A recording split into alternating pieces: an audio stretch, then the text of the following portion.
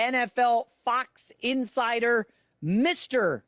NFL. Jordan, I know you're a big hoops fan. Come on, you played, we've talked, you've played some hoops. I tried to get you on my men's league team. Give me your quick dime store thoughts on Cooper Flagg before we get to the NFL.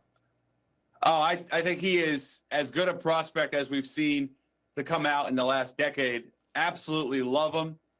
It's frustrating to see Duke lose because this was the best team they've had. I think they were even better than the Zion team that didn't go to the Final Four.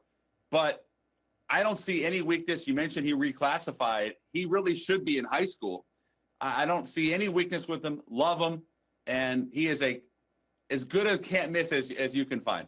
All right, let's pivot to the NFL, where you just are on such a heater, breaking news left and right. So, Jordan, I know you're best friends with Jamar Chase now, and a lot of the players around the league. I see you on the IG taking photos with them. I got to start with Shedeur Sanders. And listen, we know it is smokescreen season.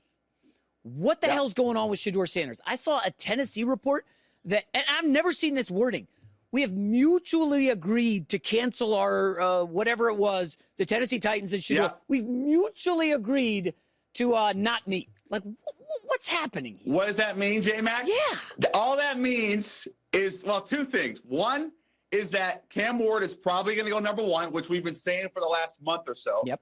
And secondly, it means that Shedeur Sanders actually had a fantastic pro day. And why would they cancel? Because they saw everything they needed to see, not just Tennessee, but I think everyone else did. So if you look at where his ceiling is, I think it's potentially 2 or 3 with Cleveland and New York. And then you have New Orleans at 9. And then you have Pittsburgh at 21. So there are some scenarios in which he doesn't go in the top 5. That's possible. But a top-level executive who was in Boulder for the pro day told me that what he saw from Shedeur, J-Mac, was not just the accuracy and the catchability, but the velocity on the football. And why that matters is because he has been typecasted, fair or not, throughout this process as not having maybe the strongest NFL arm. But what we saw in Boulder was an added velocity, 5-10%, and that's going to help him when it comes to the draft process. All right, so Jordan, I'm not usually a conspiracy theorist at large, but when it comes to the NFL draft, I, for some reason, get sucked into this nonsense. So remember, a couple months ago, Dion was asked, hey, are you going to try to, like, steer your guy, your son somewhere, the way Elway steered John and Eli Manning also, his family kind of steered him. Yep. Are we going to see that? And Dion's like, yeah, I don't want him playing for certain teams. And now we haven't heard any. That's all of a sudden backed off. And you combine that with Shedeur allegedly, he's not a great athlete. I keep hearing this. I don't get it. If he wanted to disprove everybody, wouldn't he just do the vertical and the 3-cone and run all that stuff? Be like, look, I'm an athlete. Is he trying to steer himself to a certain team by not giving away everything and showing everybody what he's got? No, because I think a lot of guys now, J-Mac, are not doing all those measurements. And for him, for Shedeur specifically, I would push back and say, actually, he's a good athlete. Yeah. He's just not a great runner. He's fast. He's not electric. He can maneuver the pocket enough, but he is a pocket guy. So there are certain things that Shedeur does that Cam doesn't do, and vice versa. And you could even put Jaxson Dart, Milroe, Tyler Shuck in that conversation. All these guys have their attributes really well that they do, and then they have weaknesses. This is not anywhere near the type of class that we saw last year where you had 1, 2, 3 with Caleb and Daniels and May and even Penix, McCarthy, and Nix. This is not that level class. But Shedeur Sanders is going to be a starting caliber, high-end quarterback, I believe. And why he's not doing the 40 and the cone drills, that's up to interpretation. But I think a big part of it is because he recognizes that what he does best isn't really going to show when it comes to the drills. He is a pocket guy. He throws a really accurate ball. Someone told me, an executive told me, it's basically like a 20-yard handoff. That's his game. And I think when it comes to Shedeur at the next level, he's probably ready to go now more so than people realize because he's played so much football at Jaxson and at Colorado and because his game really is a pro-level pocket game. All right, Jordan, this is a little tougher. And again, and nobody wants to admit this, okay? You and I, every NFL team, every front office, we have to be real. The 3 best quarterbacks in the NFL right now, none of them went top 5. Josh Allen, Patrick Mahomes, and Lamar Jackson. None of them went top 5. It is a factual statement to say nobody in the NFL knows what the hell they're doing when drafting a quarterback. We saw Maserati Mitch because he was a great athlete. Oh, we got to take him. We got to take him. We saw Zach Wilson. Mitch. I love it. How about Zach Wilson? Yep. Not Maserati. Mazda Mitch. He's not a Maserati. We saw Mitch, the Mormon Mahomes. Zach Wilson just crush it apart. Oh, look at it. He throws a beautiful ball. We got sucked into taking him second overall. Nobody knows what they're doing. There's a world where Shedeur isn't awesome. He's like a Drew Brees. He's accurate, makes every pass. Like, can we just admit that we don't know what we're doing at quarterback when it comes to the NFL? No, is that okay? Nobody knows less than me when it comes to evaluating quarterbacks. This is a 50-50 at best, J-Mac, situation. And one of the reasons I think Shedeur is so interesting is because there has been so much pushback on whether or not he's going to be the next superstar quarterback, the next star quarterback, and because he has the bloodlines with Dion and obviously everything that goes with it. You could also say, and I would look at, I know we want to talk about Joe Milton, look at what New England just did, okay? Because they just traded Joe Milton a few days ago. It was a pretty big deal for that to happen right before the draft. And the reason I bring that up goes back to your question. When it comes to evaluating quarterbacks, 50-50 at best, the best solution to it, whether it's Shedeur, Jaxson Dart, any of these guys, is to get multiple quarterbacks. You go back to what Philly did when they had Carson Wentz, they draft Jalen Hurts. Washington, when they had RG3, they had Kirk Cousins. And even now, if you think about Dallas, they have Dak Prescott. They just got Joe Milton. That is actually ironic because Elliott Wolf, who's the de facto GM in New England, his dad is Ron Wolf. He drafted Brett Favre, and obviously his theory was, let me get a new quarterback every year, basically, as a backup. This is the quarterback business. The right move is to get as many of these guys as possible, acquire as much talent at the hardest position to evaluate, not only in football, but in all of pro sports.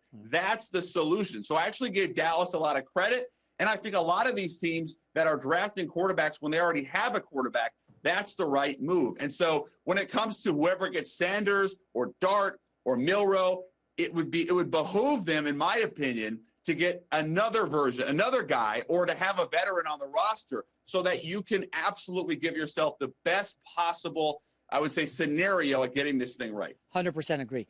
All right, let's go to, it was a news blip over the weekend, didn't get much attention, but to a guy who's been championing this dude, it got a lot, in my mind. Jalen Milroe has accepted an invite to the green room in Green Bay. Jordan, we haven't heard jack squat about Jalen Milroe in 2 months. It's all Jaxson Darts rising up. Hey, look out. He could go top 10. I keep coming back to this, Jordan. We saw a full season of Shedeur. We saw a full season of Milroe. I know it was up and down at times, but those guys' best is freaking phenomenal. And I am of the belief that Jalen Milroe has some kind of promise in the top 20, or he would not be going to the green room to maybe get the Will Levis treatment. Remember a year ago this time, Jordan, no cap, as the kids say, Will Levis, top 5. He could go number 3. Remember that? That was a real thing. Yeah. He fell to the second round 2 years ago, sorry. Yeah, it's not only Levis, it's Matt Corral, it's Malik Willis. We've had a lot of these quarterbacks with a lot of hype, and then they don't end up going where they potentially thought they would. I don't know where Jalen Milroe is going to get drafted. What I do know about Jalen Milroe is he is the best athlete, arguably, in the draft. He has a special combination of size, speed, athleticism, running basically a 4.3 at 220 pounds. I think what the big question is what's his upside as a passer? Now, what he does really well and why he's going to go probably higher than most people think, whether it's top 20, I'm not sure, is he has a very, very good deep ball. He showcased that the last 2 years. The NFL, in many ways, has transitioned to not being so much deep ball oriented. But Milroe has a very strong arm, a very good deep ball, and as one executive told me, he eats up zone coverage. So a lot of these clubs now are running zone defense. All of that is going to help Jalen Milroe when it comes to the NFL draft. Now, you mentioned the green room, him going to Green Bay. I think that surprised some people, but he has had some phenomenal private workouts that I think are going to ultimately elevate him when it comes to draft weekend. He's one of those guys that we could be looking back in 3 or 4 years and saying, how could he have not been a top 10 pick?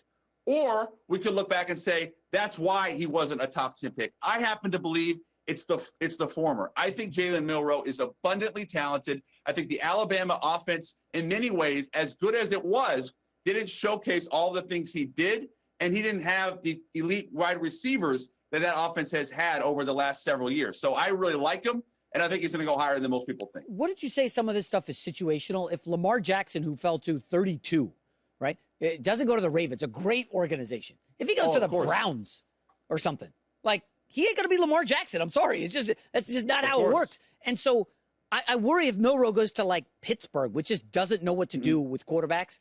I don't know. So much of it is fit. But I do want to say, this Jaxson Dart stuff, guys, can we just stop? You may like him. You may know his agent. I don't hate Jaxson Dart. I don't know anything about him. I've never talked to anyone about him. You're not a fan? I think he was great in college, but I don't think he's first-round pick material. Do you?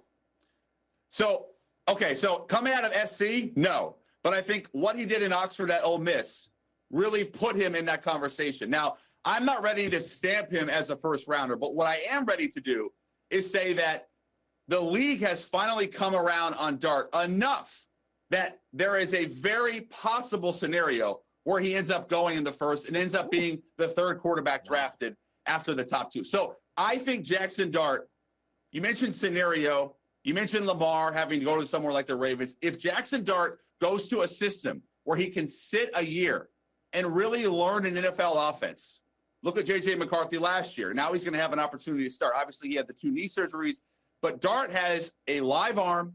He's a very good athlete, and I think his game is very conducive to the NFL. What does that mean? That means he's really good in the short and intermediate game. He may not have the arm strength as some of these other guys coming out, but what he does have is a very, very good ball when it comes to that 15, 20-yard, that and in. And that, as I said earlier, is in many ways where the NFL has gone. So I think right now I would say I'm not ready to stamp him, like I said, as a first-rounder, but I think there's a really good chance, and a much better chance now than a month ago, even coming out of Indy at the Combine, that Jaxson Dart ends up going in the first round. All right, just 2 more quick ones. Number one, what do you make of this? And again, I probably shouldn't even address it, but this Dallas could be getting Shedeur Sanders and trade Dak to the Browns. I don't know why I'm seeing it. I probably shouldn't even ask that. It's such a lowest common denominator question. But can you just squash it unless you think there's any credence at all? No, I'll squash it, because even if the Dallas or the Browns wanted the money that Dak is going to earn this year, it really doesn't work out for where Cleveland's at on the cap, having come off the Deshaun contract. And no, Dallas just doesn't want to trade him. Dak is going to be the future of that franchise. They have like 6 quarterbacks on that roster. We talked about Joe Milton earlier, but I don't see any scenario. And I asked around on this over the weekend and over the last week as that rumor started to speculate or percolate. I don't see any scenario where Dak is traded, especially to the Browns. Right. I want your hottest take that you've heard. It could be off the record. It could be speculative. It could be wild. We're doing Wacky Monday here. Anything goes. I'll tell you mine is that the Raiders, everybody's looking at this Geno Smith deal. If you look closely, that's not a serious he's our guy. I wonder if Shedeur's there at 6. I believe we're looking at a Matt Flynn, Russell Wilson situation from Seattle, where they sign Flynn, he's their guy, and then they get Russell Wilson and he beats him out. I would keep an eye on Shedeur at 6. That's my only hot take, but I would college basketball and girls volleyball all weekend. I need your hottest take. New stuff, nothing that you've put out there on social yet. Okay. Wow. Well, let me address the Raiders quick because I do think there's a big contingent in that building that believes and wants Asagenti, the running back out of Boise State at 6. He's visiting there today. I think hottest take, though. Okay, here's my hottest take. Omarion Hampton out of North Carolina is not only the second running back taken, but will be an all-pro caliber player within the next 2 to 3 years and is a superstar in the making. Omarion Hampton out of North Carolina is a do-everything running back, super special, can flat out catch the football, 50, 60 catches he's going to have in year 1. He is a 300-touch guy. He's an absolute workhorse, does not need to come off the field. Love me some Omarion Hampton. Fantasy star, J-Mac. Get him next year while you can. Wow. And one more for you, Emeka Obuga. And I didn't pronounce that correctly. But Emeka out of Ohio State is going to be potentially underdrafted, and that's going to be a big mistake. Talked to Brian Hartline, the Ohio State wide receiver coach, yesterday, said that if you go on and watch the tape, and he's had everyone, from Marvin Harrison all the way down, Chris Olave, all these guys. He said Emeka is one of these special players where even if his numbers or his testing isn't off the charts, his production will be. So those are my two big, bold statements. But we're still a few weeks away, J-Mac. Yeah, we got some time. By the way, I like the Cowboys to look at Golden or Emeka for a wide receiver opposite CeeDee Lamb. You got to get Dak some help. Anyways, Jordan Schultz, NFL insider. I mean, listen, the guy's crushing it, and he's a big deal. Thanks a lot, Jordan. Oh, my pleasure. Thanks for the kind words, brother. Yeah.